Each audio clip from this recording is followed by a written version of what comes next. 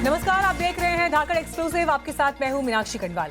जम्मू कश्मीर में आतंक के खात्मे का काउंटडाउन शुरू हो गया है। अगले 2 साल में कश्मीर से आतंकवाद को पूरी तरह खत्म किया जाएगा। जम्मू कश्मीर के उपराज्यपाल मनोज सिन्हा ने साफ किया कि 2 साल के भीतर घाटी में एक एक आतंकवादी को ढूंढकर जहन्नुम पहुंचा देंगे। तो वहीं दूसरी तरफ हैदरपोरा में हुए एनकाउंटर पर भी सवाल खड़े हुए हैं, जिस पर मनोज सिन्हा ने मजिस्ट्रेट जांच के आदेश दिए। इस बीच एक बड़ी खबर आ रही है कि श्रीनगर पुलिस की तरफ से ऐलान किया गया है कि हैदरपोरा एनकाउंटर से जुड़ी अगर कोई भी जानकारी किसी स्थानीय नागरिक के पास है तो वो श्रीनगर में डिप्टी कमिश्नर के ऑफिस में अपना बयान दर्ज करवा सकते हैं।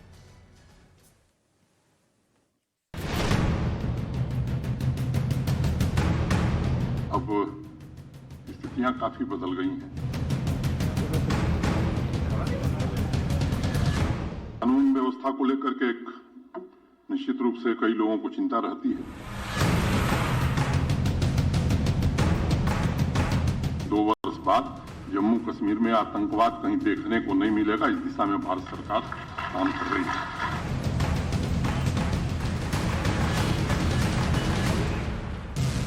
कश्मीर के आतंकियों के खात्मे की डेडलाइन सेट हो गई है। जम्मू कश्मीर में आतंक के खात्मे का काउंटडाउन शुरू हो गया है। घाटी में आतंकियों का सफाया कब तक होगा, इसकी तारीख आ गई है। हिंदुस्तान के स्वर्ग से आतंक का नामो निशान पूरी तरह मिट जाएगा। केंद्र सरकार ने ठाना है कि कश्मीर में तनाव फैला रहे आतंकियों को मिटाना है। कश्मीर में पाकिस्तान परस्त एक भी आतंकी जिंदा नहीं रह पाएगा। अगले 2 साल में कश्मीर में आतंकवाद का पूरी तरह खात्मा हो जाएगा और इसका ऐलान किया है जम्मू कश्मीर के उपराज्यपाल मनोज सिन्हा ने। कानून व्यवस्था को लेकर के एक निश्चित रूप से कई लोगों को चिंता रहती है। उन्होंने बताया कि जम्मू नहीं, मैं आपसे कहना चाहता हूं कि अब स्थितियां काफी बदल गई हैं। कुछ लोग कोशिश कर रहे हैं, लेकिन हम आपको भरोसा देना चाहते हैं कि 2 वर्ष बाद जम्मू कश्मीर में आतंकवाद कहीं देखने को नहीं मिलेगा, इस दिशा में भारत सरकार काम कर रही है। तो सुना आपने जम्मू कश्मीर के उपराज्यपाल मनोज सिन्हा का ये बयान, जिसमें उन्होंने साफ किया है कि अगले 2 साल तक जम्मू कश्मीर पूरी तरह आतंक मुक्त हो जाएगा, जिसका टीजर कल सुरक्षा बलों ने कश्मीर के कुलगाम में दिखाया। कुलगाम में कल महज 1 घंटे में 2 अलग-अलग मुठभेड़ों में 5 दहशतगर्दों को सुरक्षा बलों ने मार गिराया। सुरक्षा बलों ने मुंबई और गोपालपुरा गांव में मुठभेड़ में इन आतंकियों को ढेर किया है। कश्मीर के कुलगाम में कल हुए एक मुठभेड़ में 5 मिलिटेंट जो है मारे गए। सिक्योरिटी फोर्सेस को इतला मिली थी कि कुलगाम के 2 गांव में 5 मिलिटेंट छुपे हुए हैं, जिसके बाद एक एनकाउंटर शाम के वक्त शुरू हुआ और जिसमें कुल मिलाकर 5 मिलिटेंट्स को मारा गया। पुलिस का ये कहना था कि उनमें से एक जो है वो TRF का एक टॉप कमांडर है, जो कि डिस्ट्रिक्ट कुलगाम में जो कमांडर था। उसके अलावा और 3-4 की जो है बताया जा रहा है कि उनमें से एक सिविलियन किलिंग में भी मुलव्विस था। इसके बाद पुलिस ने पूरे इलाके को घेरे में लिया और कल शाम को ये इतला दी कि 5 इसमें जो है मिलिटेंट मारे गए। साउथ कश्मीर के इसी इलाके में इससे पहले मजदूरों की हत्या हुई थी। उसके चलते ही हम देख रहे हैं कि कश्मीर घाटी में फिर एक बार कल एक ऑपरेशन हुआ। सुरक्षा बलों को कश्मीर के कुलगाम के पोम्बो इलाके में आतंकवादियों की मौजूदगी की सूचना मिली, जिसके बाद सुरक्षा बलों ने इलाके की घेराबंदी की और तलाशी अभियान शुरू कर दिया। लेकिन आतंकवादियों ने सुरक्षा बलों पर गोलीबारी कर दी, जिसके बाद तलाशी अभियान एनकाउंटर में बदल गया और सेना ने 1 घंटे में ही आतंकियों का सफाया कर दिया। सुरक्षा बलों ने कुलगाम के मुंबई में 3 आतंकी मार गिराए, तो वहीं गोपालपुरा में 2 आतंकियों को ढेर किया है। सुरक्षा बलों का ये एक्शन पिछले 8 दिनों से काफी तेज हो गया है। 8 दिनों में सेना के जवानों ने 12 आतंकियों को ढेर किया है। जम्मू कश्मीर में आतंकवाद के सफाई का फाइनल काउंटडाउन शुरू हो गया है। सरकार ने टेररिज्म मुक्त जम्मू कश्मीर की डेडलाइन सेट कर ली है। उपराज्यपाल मनोज सिन्हा ने ऐलान कर दिया है कि 2 साल के भीतर टेररिज्म का पूरी तरह से खात्मा हो जाएगा, यानी कि एक बार फिर से जम्मू कश्मीर में आतंकवादियों को जन्नत पहुंचा दिया जाएगा ताकि कश्मीर को जन्नत बनाया जा सके। अनुच्छेद 370 हटने के बाद से नए कश्मीर का निर्माण शुरू हो चुका है। 99% पत्थरबाजी में कमी आई है और पर्यटक सेक्टर में भी बढ़ोतरी हुई है। उसके साथ साथ आर्थिक स्थिति में भी सुधार आया है। जहां एक और आतंकियों के सफाई की डेडलाइन प्रशासन की ओर से जारी की गई है, तो वहीं दूसरी ओर हैदरपुरा में एक एनकाउंटर पर भी सवाल खड़े हुए हैं। कश्मीर के हैदरपुरा में आतंकवादियों और सुरक्षा बलों के बीच एनकाउंटर में 2 आतंकी समेत 4 लोग मारे गए थे। जम्मू कश्मीर की अलग अलग राजनीतिक पार्टियों ने एनकाउंटर में निर्दोष लोगों के मारे जाने का भी आरोप लगाया है। जम्मू कश्मीर के पूर्व मुख्यमंत्री उमर अब्दुल्ला भी आज धरने पर बैठे हैं और उन्होंने हैदरपुरा एनकाउंटर में मारे गए लोगों के शव उनके परिवार को सौंपने की मांग की है। Jammu Kashmir National Conference vice वाइस प्रेसिडेंट और former chief minister Omar Abdullah आज प्रोटेस्ट पर हैं अपने पार्टी के सीनियर लीडर्स के साथ में। हालांकि नेशनल कॉन्फ्रेंस की अभी जो डिमांड है कि बॉडीज़ उन सिविलियंस की वापस दी जाए जिनको जो है हैदरपुरा इनकाउंटर में मारा गया, और जो फैमिली है वो कंटिन्यूसली प्रोटेस्ट कर रही है श्रीनगर में। हालांकि लेफ्टिनेंट गवर्नर जम्मू कश्मीर ने ये भी कहा है कि एक मैजिस्ट्रियल इंक्वायरी इस पूरे मामले में होगी, लेकिन फैमिली की जो डिमांड है वो ये है कि जो बॉडीज़ हैं सिविलियंस की वो उनको वापस दी जाए। और इसी जो है फैमिली को सपोर्ट करने के लिए यहाँ पर उमर अब्दुल्ला भी प्रोटेस्ट पर बैठे हुए हैं। बुधवार को जम्मू कश्मीर में विरोध प्रदर्शन हुआ। इस मामले पर भी मनोज सिन्हा ने तुरंत एक्शन लिया और एडीएम रैंक के अधिकारी के नेतृत्व में मजिस्ट्रेट जांच के आदेश दे दिए।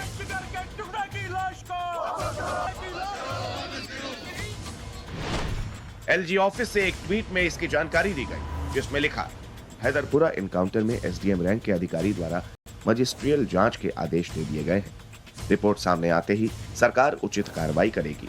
उपराज्यपाल ने केंद्र शासित प्रदेश के लोगों को आश्वासन देते हुए कहा है कि जम्मू कश्मीर प्रशासन निर्दोष नागरिकों के जीवन की रक्षा करने के लिए प्रतिबद्ध है और इसका भी ध्यान रखा जाएगा कि किसी के साथ किसी भी तरह का अन्याय न हो। इससे पहले कि हैदरपुरा एनकाउंटर पर उठाए गए सवालिया निशान राजनीतिक रंग लेते, उपराज्यपाल मनोज सिन्हा ने मैजिस्ट्रियल जांच के आदेश दे दिए। आदेश देकर मनोज सिन्हा ने एक पैगाम दिया है कि सरकार नागरिकों की रक्षा करने के लिए प्रतिबद्ध है और किसी भी बेकसूर की हत्या बर्दाश्त नहीं की जाएगी। जैसे ही इस जांच की रिपोर्ट सामने आती है, अगर कोई भी इसमें मुलविस पाया जाता है तो उसके खिलाफ कड़ी कार्रवाई की जाएगी। आतंकियों के सफाए का मिशन सरकार ने तैयार कर लिया है, जिससे स्थानीय लोग और टूरिस्ट घाटी में चैन की सांस ले सके। इस बीच अगर किसी एनकाउंटर पर सवाल उठेंगे तो उस पर भी सरकार कार्रवाई जरूर करेगी, लेकिन अगले 2 साल में एक एक आतंकी का घाटी से सफाया हो जाएगा।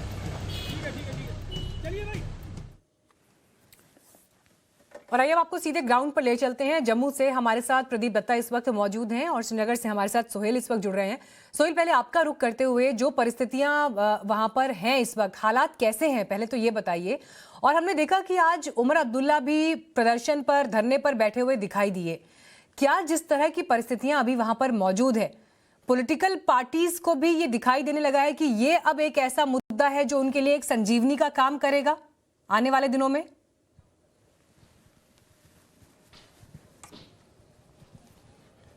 देखिए, कहीं ना कहीं अगर देखा जाए तो मामला जो है थोड़ा सा शांत हो गया है, क्योंकि जो फैमिलीज डिमांड कर रही थी कि उनके मतलब जो रिलेटिव्स हैं जो इस इनकाउंटर में मारे गए हैं उनकी बॉडीज़ जो हैं वापस मिले। लेकिन आज एलजी जम्मू कश्मीर मनोज सिन्हा की ओर से एक स्टेटमेंट आया कि एक मैजिस्ट्रियल प्रोब होगा, इसमें देखा जाएगा कि क्या सही है और क्या गलत है। और उसके बाद में जो फैमिली मेम्बर्स हैं उनको पुलिस कंट्रोल रूम कश्मीर में यहाँ श्रीनगर में भी बुलाया गया, उनसे बातचीत की गई। हालांकि कहीं ना कहीं उनको एक एश्योरेंस दिया गया है कि जो बॉडीज़ हैं वो उनको वापस की जाएंगी और साथ ही साथ लॉ एंड ऑर्डर को ध्यान में रखना होगा। लेकिन एक फॉर्मल ऑर्डर उस बारे में नहीं आया है। लेकिन पॉलिटिकल पार्टीज़ का ये ज़रूर कहना है कि इस टाइम जो है वो फैमिली मेम्बर्स के साथ में है, क्योंकि उमर अब्दुल्ला का अगर स्टेटमेंट सुना जाए या उसको देखा जाए तो उन्होंने कहा है कि वो सहमत रहेंगे हर चीज़ से। अगर उनकी जो फैमिली मेम्बर्स हैं अगर वो खुश हैं लेफ्टिनेंट गवर्नर की स्टेटमेंट से तो वो भी खुश हैं। अगर जिस तरह का भी जो फैमिली का जो व्यवहार रहेगा गवर्नमेंट ऑर्डर से या स्टेटमेंट से, अगर वो संतुष्ट हैं तो जाहिर सी बात है कि एज पॉलिटिकल लीडर वो भी खुश होंगे। हालांकि धरना उन्होंने भी दिया, उनका यही कहना था कि कहीं ना कहीं जो है जुडिशियल प्रोब जो है होना चाहिए। हालांकि उनकी पार्टी का कहना है, People's Alliance for Gupkar Declaration का भी यही कहना है, जिसके स्पोक्स पर्सन जो है वह तारिगामी है। वो कहते हैं कि इस तरह के जो मैजिस्ट्रियल प्रोब हैं ये पहले भी कश्मीर में हुए हैं लेकिन इसका आउटकम कभी भी आया नहीं है। तो इस टाइम पर सबसे बेहतर होता कि अगर कोई जुडिशियल प्रोब होता ताकि पता चलता कि किस तरह के सर्कमस्टांसेस के अंदर जो है सिविलियंस की जो है किलिंग होगी। लेकिन अभी फॉर्मल ऑर्डर क्या आता है, क्या बॉडीज को दिया जाएगा या नहीं, इसके लिए वेट करना होगा। लेकिन साथ ही साथ जो एश्योरेंसेस पुलिस की ओर से और एडमिनिस्ट्रेशन की ओर से फैमिली को मिली है, उससे माहौल में कहीं ना कहीं जो है जो लोग हैं, थोड़े से जो फैमिली मेंबर्स है वो संतुष्ट हैं। हालांकि उनका अभी भी यही कहना है कि वो एश्योरेंसेस के लिए वेट करेंगे, क्योंकि पुलिस कंट्रोल रूम में उनको कहा गया है कि क्योंकि पुलिस जो है कश्मीर में लॉ एंड ऑर्डर को देखते हुए उनसे बताया गया कि जिस तरह के भी लास्ट राइट्स जो परफॉर्म किए जाएंगे वहां पर किसी भी तरह की कोई दिक्कत ना हो, और उसके बाद जो है 15 दिन के अंदर कंसर्न जरूर एजेंसीज के मन में भी है कि परिस्थितियां बिगड़े ना, और उसको रोकने के लिए हर तरह के कदम उठाए जाएंगे। आप बने रहिए सोहेल। प्रदीप भी हमारे साथ मौजूद हैं। प्रदीप, देखिए, जिस तरह से उपराज्यपाल ने ये कहा कि एक डेडलाइन दे दी आतंक को खत्म करने के लिए कि 2 साल का वक्त जो है ये है, बड़ा सवाल यहां पर ये कि इस डेडलाइन का आधार क्या है। और ये सवाल इसलिए क्योंकि जो परिस्थितियां हमको जम्मू कश्मीर में दिखाई देती हैं, सुरक्षा बलों ने बकायदा एक ऑपरेशन ऑल आउट चलाया, लेकिन उसके बावजूद आतंकी घटनाएं जिस तरह से दिखाई दी या माइनॉरिटीज को जिस तरह से टारगेट किया गया है बीते कुछ वक्त में ही, हालात बहुत बेहतर तो नहीं कहे जा सकते। इनफैक्ट बीते कुछ समय में शायद सबसे बुरे स्वरूप में इस वक्त सामने है। तो फिर इस स्टेटमेंट का आधार क्या है? देखिए, अगर हम बताएं तो हालात सुधरे भी हैं। आपने पिछले अगर 2 महीने में देखा होगा, पाकिस्तान की तरफ से कुछ गतिविधियां हुई है जिसमें माइनॉरिटी कम्युनिटी मेंबर्स को टारगेट किया है, 14 लोगों को मार गिराया, क्योंकि एक माहौल पैदा करने की कोशिश कर रहे हैं। और माहौल क्यों पैदा करने की कोशिश कर रहे हैं? क्योंकि यहाँ पे डेवलपमेंट हो रही थी, यहाँ पे तरक्की हो रही थी, यहाँ पे टूरिज्म जो था काफ़ी बड़ा था। 3 लाख के करीब इस समय पर्यटक यहाँ पे वादी कश्मीर में आए हुए हैं 1 जनवरी से लेकर। और उसके अलावा भी देखा गया था जुलाई के महीने में 8000 के करीब हर दिन जो थे पर्यटक काफ़ी रियासतों से, काफ़ी क्षेत्रों से हिंदुस्तान के जम्मू कश्मीर आ रहे थे। तो ये कहीं ना कहीं पाकिस्तान को अच्छा नहीं लग रहा था, इसलिए उन्होंने हालात बिगाड़ने की कोशिश की। जब मनोज सिन्हा ये बात करते हैं अनुच्छेद 370 हटने के बाद, सबसे बड़ी चेंज अगर आप देखेंगे 90% जो कमी आई है पत्थरबाजी के इंसिडेंट में। कोई भी ऐसा दिन नहीं जाता था जब पत्थरबाजी नहीं होती थी, लेकिन अब आप देखिए पत्थरबाजी कभी कभार होती है। इस तरह हालात बिल्कुल ठीक है। और अगर टूरिज्म की बात करें तो टूरिज्म सेक्टर में भी बढ़ोतरी हुई है। एक बॉलीवुड जिसने एक पीठ दिखा दी थी जम्मू कश्मीर को, कभी जम्मू कश्मीर की तरफ वो रुक भी नहीं करते थे क्योंकि उनके लिए यूरोपियन डेस्टिनेशन थी। लेकिन अब यूरोपियन कंट्रीज को छोड़कर एक बार फिर से जम्मू कश्मीर की ओर आ रहे हैं, तो उसमें इकोनॉमी की बढ़ोतरी हो रही है। ये एक वजह है कि कदम लिए जाएंगे कुछ जिसमें जैसे कॉम्प्रिहेंसिव काउंटर टेरर स्ट्रेटेजी है। लेकिन आपने एक सवाल जो सुहेल से पूछा था, क्या ये संजीवनी का काम करेगी? यस, ये संजीवनी का काम कर रही है, क्योंकि इनके कदमों के नीचे से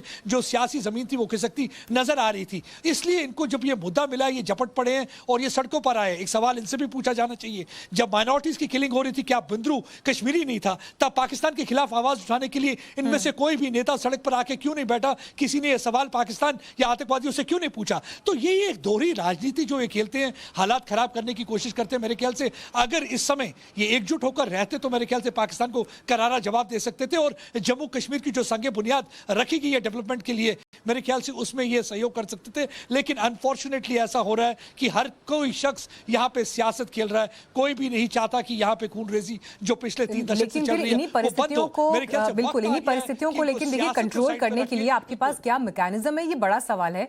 क्योंकि एक तरफ जब सरकार वहां पर कश्मीरी पंडितों को वापस बसाने की बात कर रही है, और अगर इस तरह की घटनाएं हो रही हैं जहां पर माइनॉरिटीज को टारगेट किया गया है, तो ये एक बड़ी चिंता का विषय है। न सिर्फ उनके लिए जिन्हें टारगेट किया गया, बल्कि वो माइनॉरिटीज यानी वो अल्पसंख्यक, चाहे वो पंडित समुदाय से हैं, चाहे वो कश्मीरी सिख हैं, जो वहां पर अभी रह रहे हैं, थ्रेट उनके लिए भी है। तो ऐसे में बहुत जरूरी है कि इन हालात में कुछ बेहतरी दिखाई दे, लेकिन उसके लिए आम लोगों को भी आगे आकर आना होगा। बहरहाल खबर पर नजर लगातार आगे भी बढ़ी रहेगी, लेकिन आप दोनों का बहुत बहुत धन्यवाद इस जानकारी के लिए। बढ़ेंगे आगे, रुक करते हैं अगली खबर का। प्रधानमंत्री नरेंद्र मोदी कल उत्तर प्रदेश के झांसी में होंगे। रक्षा क्षेत्र में आत्मनिर्भर भारत की झलक पेश करने के लिए प्रधानमंत्री मोदी औपचारिक तौर पर देश में विकसित रक्षा उपकरणों को सशस्त्र बलों को सौंपेंगे। पीएम मोदी वायुसेना को लाइट कॉम्बैट हेलीकॉप्टर सौंपेंगे। आर्मी चीफ को भारतीय स्टार्टअप की ओर से डिजाइन और विकसित किए गए ड्रोन और साथ ही नौसेना के जहाजों के लिए उन्नत इलेक्ट्रॉनिक वॉरफेयर सूट सौंपेंगे। इसके साथ ही भारतीय सेना को अपडेटेड BMP-2 टैंक मिलने वाले हैं। इन टैंक्स की खासियत क्या है और कैसे ये दुश्मनों का सफाया करते हैं? झांसी से टाइम्स नाउ नवभारत संवाददाता रविकांत की ये एक्सक्लूसिव रिपोर्ट। इस वक्त हम BMP-2 पर हैं और भारतीय सेना झांसी में अपने शौर्य का प्रदर्शन कर रही है। BMP-2 किस तरीके से दुश्मन के लिए काल बनकर उतरता है और किस तरीके से भारतीय सेना की ये मदद करता है, ये जानने का हम प्रयास कर रहे हैं। और इसके अंदर आप देख सकते हैं जो चालक होता है वो इसके अंदर बैठता है और जिस वक्त एयर अटैक होता है सरफेस टू एयर पर, यहाँ पर इससे मिसाइल से, ये जो आप देख सकते हैं गन, इससे हमला किया जा सकता है। और इसकी क्या खासियत है ये जानने का प्रयास करते हैं। सर ये बताइए, ये इस BMP-2 का इस्तेमाल आप लोग कब करते हैं और इसकी क्या खासियत, थोड़ा आप ऊपर आ जाइए। सर ये हम BMP-2 इसको इसलिए यूज़ करते थे जब हमारा एयर अटैक जब होता है, हमारे दुश्मन को हमारे ऊपर जब एयर अटैक वगैरह करता है, उस टाइम हमने एयर अटैक को रुकने के लिए तो हमारा ये 90 डिग्री में फायर कर सकता है। गन से फायर करते हैं? गन से फायर करते हैं। डिस्टेंस कितनी होती है? सर 3 किलोमीटर है। 3 किलोमीटर? 3 किलोमीटर, 3000 मीटर हम बोलते हैं, हम 3 किलोमीटर मतलब यूज़ करते हैं। तो एयर डिफेंस में आप लोग इस्तेमाल करते हैं इसको। अगर कोई दुश्मन देश का हवाई जहाज अटैक करता है हमारे एयरफील्ड पे तो आप नीचे से एयर में अटैक एयर में अटैक करते हैं। इसके अलावा और क्या खासियत है, किस चीज़ में इस्तेमाल होता है? सर इसको हमने जब राजस्थान के इलाके में हमारा जो ना क्रू को लेके मैन पावर को लेके जाना पड़ता है, आगे जो फॉरवर्ड एरिया में जाके छोड़ना पड़ता है, उसको हम इसके अंदर 10 क्रू आ जाता है। क्रू को छोड़ने के लिए हमने इसको इस्तेमाल करते हैं। तो चलिए, ये BMP-2 है और मरुस्थल के इलाके में, नहीं यानी रेगिस्तान के इलाके में जब ट्रूप्स का मूवमेंट होता है तो इसके अंदर 10 लोग एक बार जो ट्रूप्स हैं उनको बिठाया जा सकता है और उनको ड्रॉप किया जाता है। और दूसरी सबसे बड़ी खासियत BMP की ये है कि अगर दुश्मन देश हमारे एयरफील्ड पर अटैक करता है तो उनके फाइटर जेट को अटैक करने के लिए इसका इस्तेमाल किया जाता है, यानी सरफेस टू एयर पे अटैक किया जा सकता है और दुश्मन देश के जो फाइटर जेट हैं उनको नष्ट करने में ये BMP-2 काम में आता है। तो इस तरीके से ये भारतीय सेना के लिए बेहद महत्वपूर्ण है और इसका इस्तेमाल राजस्थान में और फॉरवर्ड एरिया में किया जाता है। इस वक्त हम झांसी में हैं और झांसी का ये जो पूरा एरिया है डिफेंस का, इसमें भारतीय सेना जो है अपने शौर्य का प्रदर्शन कर रही है और ये दिखा रही है कि किस तरीके से दुश्मन चाहे जितना भी प्रयास कर ले, हमारे सेना के जवान जो इसके अंदर कठिन परिस्थितियों में काम करते हैं, हर वक्त सीमा की हिफाजत के लिए अपने आप को तैयार रखते हैं। वीडियो जर्नलिस्ट मनोज के साथ रविकांत राय, टाइम्स नाउ नवभारत, झांसी। और अब आपको भारतीय सेना की अजय ताकत के बारे में बताते हैं। ये अजय शक्ति है T-72 टैंक। T-72 टैंक कल भारतीय सेना को सौंपे जाएंगे, प्रधानमंत्री मोदी ये सौंपेंगे। 5 किलोमीटर तक हैं और क्या इसकी खासियत है आपको बताते हैं।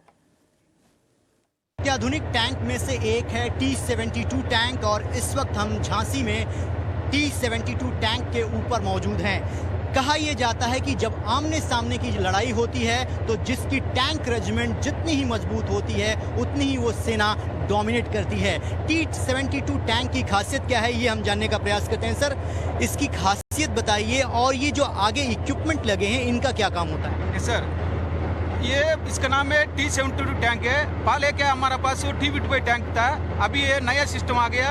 इसका स्पीड भी ज़्यादा है और काम करने का तरीका लगे। इसका रेंज भी 5 किलोमीटर है और ये KMT-5 को रख के हमने जो माइंड जमीन के अंदर माइंड से उसको ब्लास्ट करके VSL बना के आगे पीछे जो खड़ा है आर्मी ट्रूप्स वो जल्दी से जल्दी पार जाके अपना असल्ट लाइन बन के लड़ाई जारी रखने के लिए। तो चलिए, ये T-72 टैंक की खासियत है। 5 किलोमीटर की इसकी रेंज होती है, वहाँ तक ये दुश्मन के ऊपर अटैक कर सकता है। और आगे का जो आप सिस्टम देख रहे हैं, अगर दुश्मन देश ने मरुस्थल में लैंडमाइन बिछाई है तो पीछे जो हमारे टैंक आ रहे हैं उनको किसी भी प्रकार का कोई नुकसान ना हो, तो रेकी के लिए ये टैंक सबसे पहले जाता है और जो लैंडमाइन होती है उसको ये डिस्ट्रॉय कर देता है, यानी पीछे जो ट्रूप्स आ रही है उसको कोई खतरा नहीं होता है, रास्ता पूरा क्लियर होता है। उसके बाद जो हमारी सेना है वो आगे मूव करती है। इसके अलावा स्मॉक का भी यहाँ पर प्रावधान दिया गया है, यानी सामने से अचानक बहुत ज़्यादा टुकड़ी आ गई दुश्मन देश की, उसको चकमा देने के लिए इसका इस्तेमाल किया जाता है। इसके अलावा एंटी एयरक्राफ्ट गन भी है, अगर ऊपर से दुश्मन के फाइटर जेट हमला करते हैं तो उसको भी मारने के लिए सुविधा जो है वो T-72 टैंक में दी गई है। ये बताइए सर, इसके अंदर कितने लोग आप लोग बैठते हैं और कैसे ऑपरेट करते हैं? आपको अंदर से सब दिखाई देता है? सर ये ड्राइवर कंपार्टमेंट है, इस तरफ गन्नर का, ये इधर कमांडर का। सर ये मेरा जब भी मेरा कमांडर बल देगा जैसे सामने माइंड बिल जो किसी का भी टैंक कैजुअल्ट हो गया तुरंत हमको पता चलेगा। उसी टाइम पर ये माइंड ट्रैवल को डाउन करके हमने कपोला अंदर बंद करेगा। इसका अलाइनमेंट का ये इसको रखे हुए हमने VSL बना के आगे माइंड बिल को क्लियर करते हैं सर। चलिए, पूरी छोटी टुकड़ी अंदर होती है, कमांडर होता है, जो चालक होता है उसको सामने सब कुछ दिखाई देता है, अंदर से फायर किया जा सकता है और इस तरीके से पाकिस्तान के बॉर्डर पर इसकी जो भूमिका होती है वहाँ पर सबसे अहम हो जाती है और भारत की ताकत में ये इजाफा करने वाला T-72 टैंक आज भारतीय सेना का सबसे महत्वपूर्ण हिस्सा बना हुआ है। वीडियो जर्नलिस्ट मनोज के साथ रविकांत राय, टाइम्स नाउ भारत, झांसी। पाकिस्तान में अल्पसंख्यक हिंदुओं के साथ किस तरह का बर्ताव किया जाता है, ये किसी से छिपी बात नहीं। जबरन धर्म परिवर्तन कराना, समाज में उपेक्षा, बराबरी का संघर्ष, ये सब आम बात है। यही वजह है कि बड़ी संख्या में हिंदू शरणार्थी भारत का रुख करते हैं इस उम्मीद के साथ कि यहां उन्हें कम से कम इंसान तो समझा जाएगा।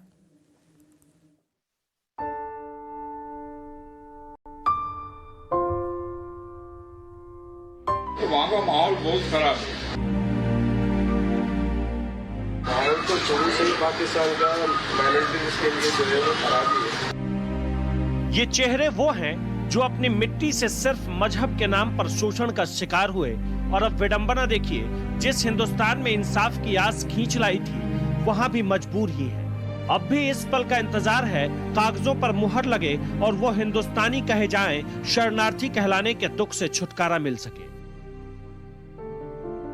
गुजरात में 7,000 से ज्यादा पाकिस्तान से आए हिंदू शरणार्थी नागरिकता पाने की बाट जोह रहे हैं। अहमदाबाद के पास ही 3,000 हिंदू शरणार्थियों ने ठिकाना बनाया हुआ है।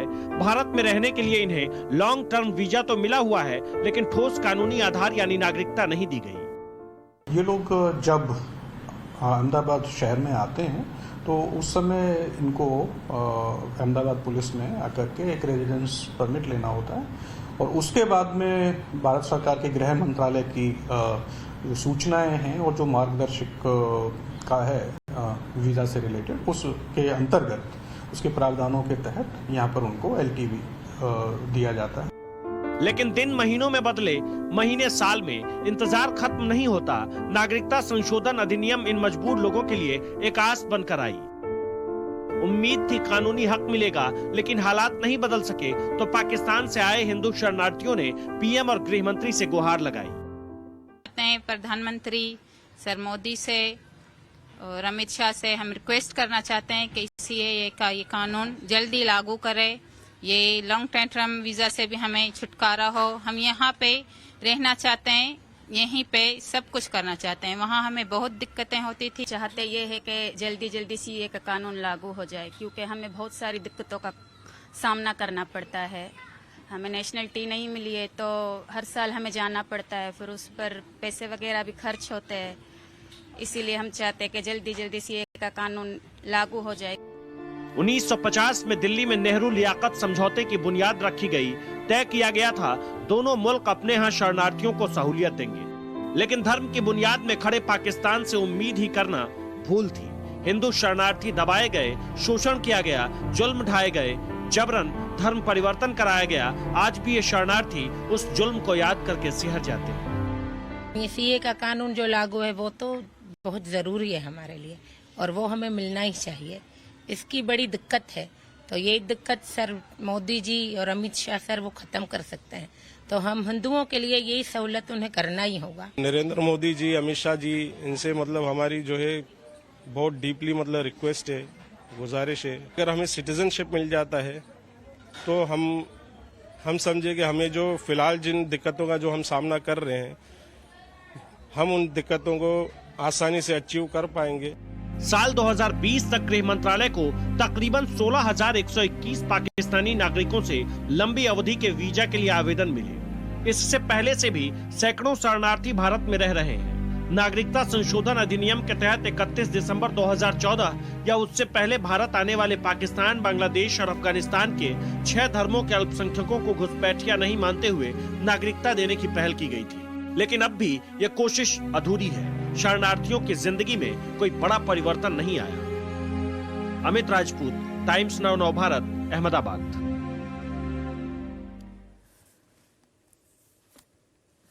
तो ये पूरी रिपोर्ट आपने देखी, इन लोगों की तकलीफ आपने देखी। हमारे संवाददाता अमित राजपूत इस समुदाय के बीच मौजूद थे और पाकिस्तान से आए हिंदू शरणार्थियों से जब उन्होंने बात की तो देखिए किस कदर उनका दर्द झलक उठा। जो लोग सीए का विरोध कर रहे हैं वो लोगों को एक बार जो पाकिस्तान से हिंदू बरसों से पहले से गुजरात अहमदाबाद आए उन्हें आके मिलने की जरूरत है।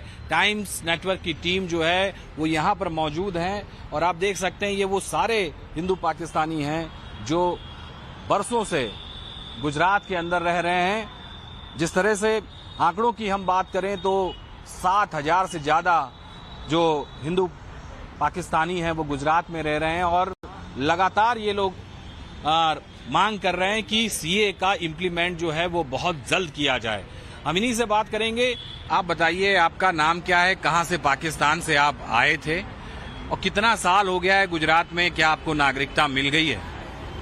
मेरा नाम निर्मल दास है, लाड़काना डिस्ट्रिक्ट में रहता था। अभी 97 में मैं इधर आया हूँ, 24 साल हो चुका है। अभी तक मेरे को नेशनलिटी नहीं मिली है। 2013 में अप्लाई किया है, 14 साल पहले अप्लाई किया हुआ है, अभी तक मेरे को नेशनलिटी नहीं मिली है। वहाँ हम पाकिस्तान जब रहते थे उधर से मैं इधर क्यों आया, मैं तो वहाँ बहुत परेशानी थी, बहुत तकलीफ थी। हमारे को अगवा करके गए, घर पे लूट मार किया, दुकान पे लूट मार किया। 4 लड़कियाँ थी उसकी, अभी इधर उसको लेके इधर लेके आया क्यों जवान बच्ची थी, हम शादी वादी नहीं करवाई थी। उधर हिंदू लोग की लड़कियों को अगवा करके मुसलमान करके शादी करते थे, उसी वजह में भाग के इधर आया। माता जी आप क्या कहना चाहती हैं? परेशान है, हमको नेशनलिटी मिले वही रिक्वेस्ट है हमारी। बहुत थक गया है, भाग भाग करे, ये पन्ना चाहिए, ये कागज चाहिए, कलेक्टर ऑफिस में गया, कमिश्नर ऑफिस में गया, थक गया वहाँ बहुत। ये परेशानी बहुत है, ये मिल जाएगा तो हमको परेशानी ये दूर हो जाएगा।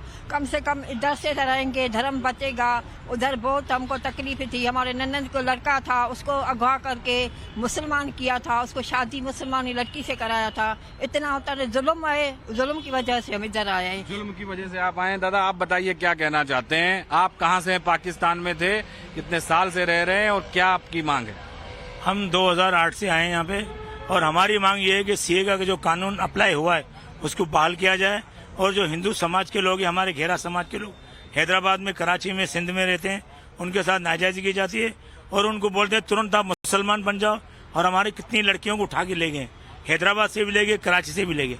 हम कराची सदर में रहते थे, हमारे फ्लैटों में कब्जा कर लिया गया और हम बहुत उनको बोलते थे आप इस्लाम धर्म कबूल कर लो तो आपको हम हिंदू से हटा के आपको अपना मकान दे देंगे। लेकिन हम सब कुछ छोड़ के आए, बहुत नुकसान है। हमारी दुकानें जला दी गई, सदर में गारमेंट्स की दुकानें थी और हमें यही बोलते थे जमात इस्लामी वाले कि आप मुसलमान बन जाओ, आपको हम हर चीज़ से दे देंगे। हम गवर्नमेंट से यही रिक्वेस्ट करते हैं कि सीए का कानून लगाए। हमें बहुत तकलीफ है, हम भाड़े के मकान में रहते हैं और भाड़े के मकान की बहुत तकलीफ है। लोग 3 महीना 4 महीना रखते हैं, फिर बोलते हैं आप निकल जाओ। क्या कहना चाहती है बहन? मैं ये बोलना चाहती हूँ, जहाँ तक पाकिस्तान कराची में हम लोग रहते थे तो मेरे हस्बैंड का भी वो पीछे से सरिया मारा। आज बेवा औरत ने इसीलिए हूँ, वो खुद ही मारे हैं मुसलमानों ने। और हमारे को नेशनलिटी चाहिए, दूसरा हमारे को कुछ भी नहीं चाहिए। अपना मकान होना चाहिए, हमारे राशन कार्ड सबसे होना चाहिए। इतना ही मैं बोलना चाहती हूँ नरेंद्र मोदी को।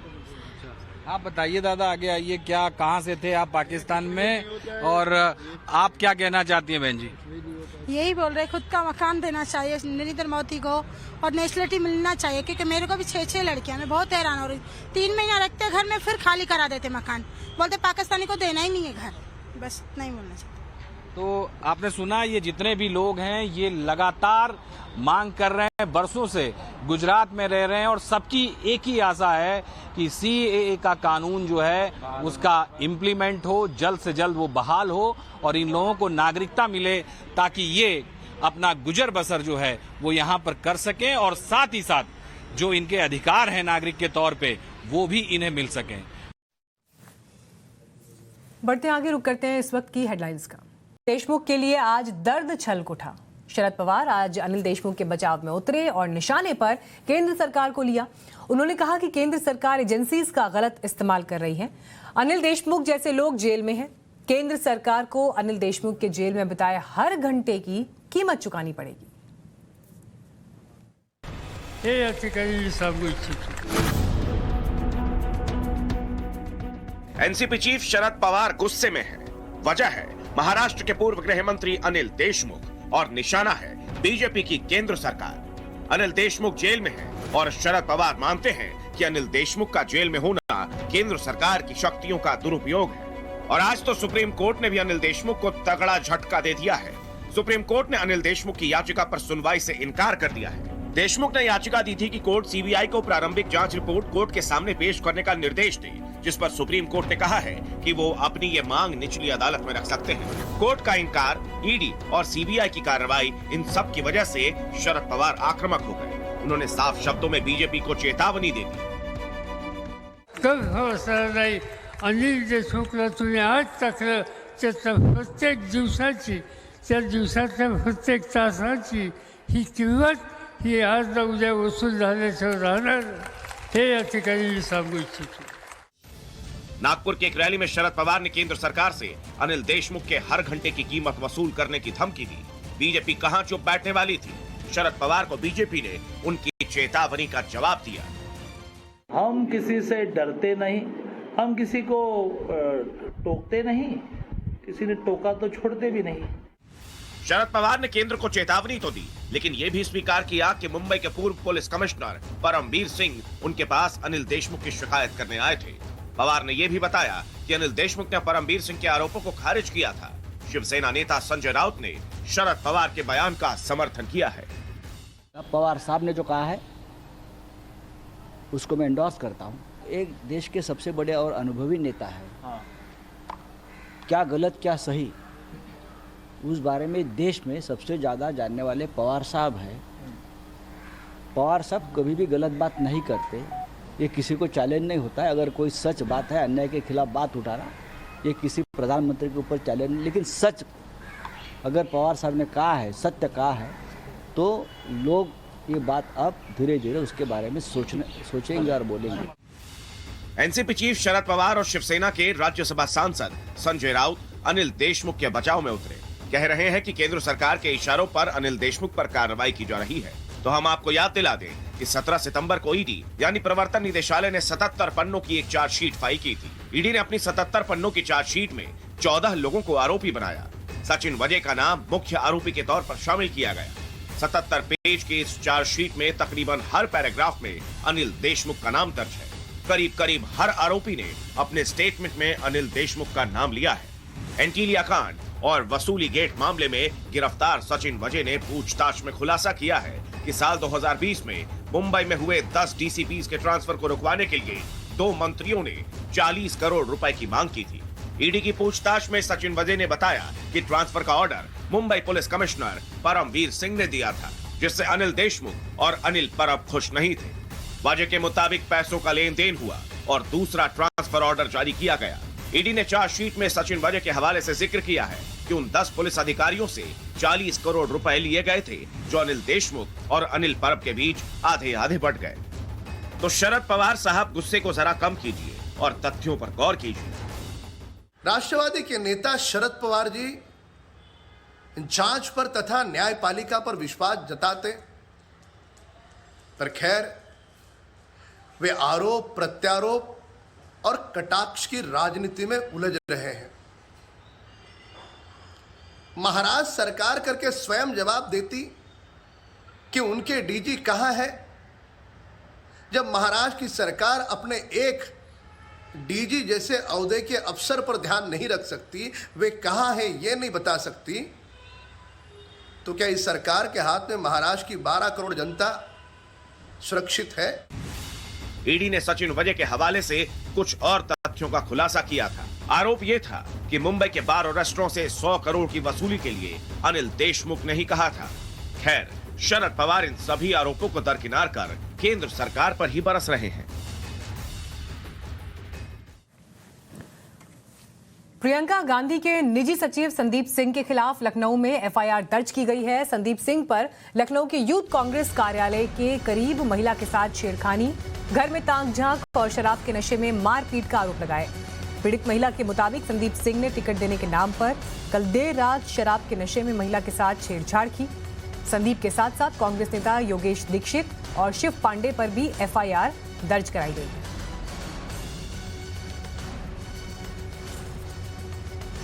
हमारे संवाददाता आदर्श सिंह ने पीड़ित महिला और उनके परिवार से बात की। कांग्रेस महासचिव और यूपी की प्रभारी प्रियंका गांधी वाड्रा के निजी सचिव संदीप सिंह और उनके साथ साथ 2 और कांग्रेसी नेताओं पर लखनऊ में एफआईआर दर्ज हुई है और इसमें मारपीट के साथ साथ धमकाने का आरोप लगाया गया है। और आरोप में ये भी कहा गया है कि जो उनके घर की खिड़कियां हैं उसमें ये तीनों लोग रात में ताक झांक कर रहे थे। हम इस वक्त उसी घर पर मौजूद हैं, हमारे साथ उनके जो महिलाएं हैं उनके घर की वो लोग मौजूद हैं। ये क्या मामला है, क्या क्यों आपने एफआईआर दर्ज करवाई? सर रात में एक्चुअली मेरे हस्बैंड हमेशा लेट नाइट आते हैं, मंत्री जी के साथ गाड़ी चला के कभी 12 बजे आना, कभी 1 बजे, तो हम जगते रहते हैं, मोस्टली हम जगते रहते हैं। तो कल 12:15 बजा, तो जैसे मेरे कुछ पीछे लग रहा था कि कुछ हो रहा है, लेकिन डर की वजह से, क्योंकि कोई फैमिली में मतलब इतनी लाइन में केवल अकेले हम ही सोते हैं, बच्चे लेकर अपने 2, और बाकी मम्मी पापा बाहर सोते हैं। तो हमको लगा, लेकिन डर की वजह से हम बोले नहीं। तो जैसे ही मेरे हस्बैंड आए तो मैंने उनसे बताया कि ऐसा लग रहा है पीछे कोई है। तो उन्होंने कहा अच्छा रुको, तुम रुको, हम देख कर आते हैं। तो ये आए तो उन्होंने देखा कि तीनों लोग यहीं पर खड़े हुए थे और ताक झांक कर रहे। कौन था? संदीप सिंह और शिव पांडे, योगेश दीक्षित। ठीक है। तो जब इनको देखा तो मेरे हस्बैंड गए पास में, यहाँ तक आए, गाड़ी से उतर कर अपनी, और पूछा आप यहाँ क्या कर रहे हैं? तो उन्होंने बोला कि तुमसे क्या मतलब, हम यहाँ कुछ भी कर रहे हैं, हम देखने आए हैं ये। तो मेरे हस्बैंड ने कहा आप मेरे घर के पीछे खड़े हुए हैं 12:30 बजे रात में, और मैं आपसे पूछूंगा नहीं?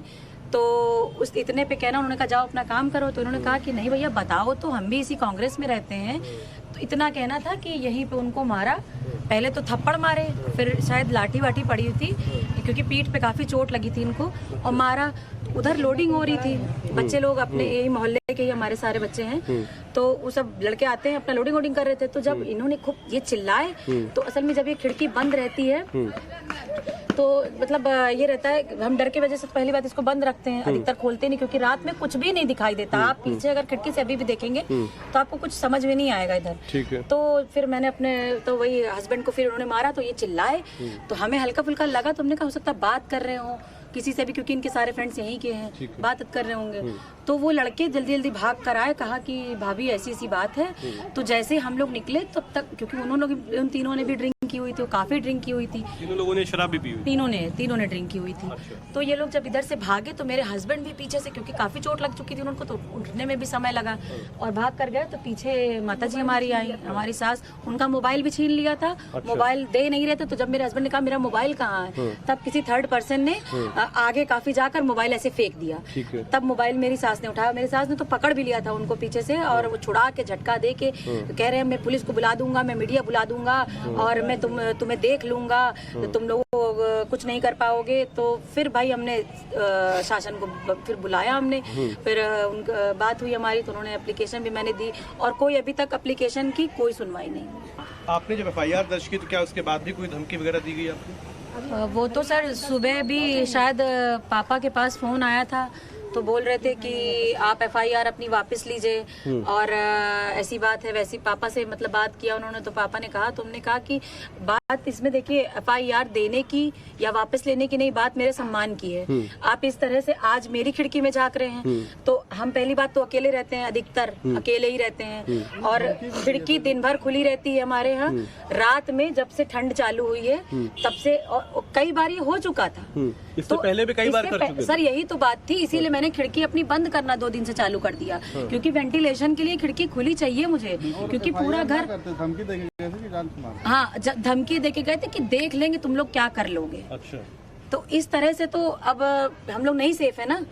आज मेरा घर है, मेरे घर में भी बच्चे हैं, आप मेरे घर में घुस सकते हैं। ये 10 दिन से ये हमारी ऑब्जर्व किया है कि घर खिड़की के पीछे कोई न कोई खड़ा रहता है। हमने इन लोगों से बताया, अपने हस्बैंड से बताया, उन्होंने कहा हो सकता है कि गैया वैया हो या कोई और हो, लेकिन रात में कौन इतनी रात में यहाँ पीछे आएगा खोजने की, कौन है कौन नहीं है। लेकिन कल एकदम साफ हो गया, यही लोग रहते हैं, ताक झाक करते रहते हैं। पकड़ लिए गए ना। हाँ, कल रोज चोर आएगा, एक दिन तो पकड़ा ही जाएगा ना। हाल ही में प्रियंका गांधी की लीडरशिप में कांग्रेस पार्टी ने यूपी में नारा लॉन्च किया है, कैंपेन लॉन्च किया है, लड़की हूं लड़ सकती हूं, और उनके निजी सचिव पर आज टिकट देने के मामले में जिस तरह के आरोप छेड़छाड़ से लेकर नशे में मारपीट तक के लगे हैं, बेहद गंभीर। वक्त एक ब्रेक का, खबरें आगे भी जारी रहेंगी।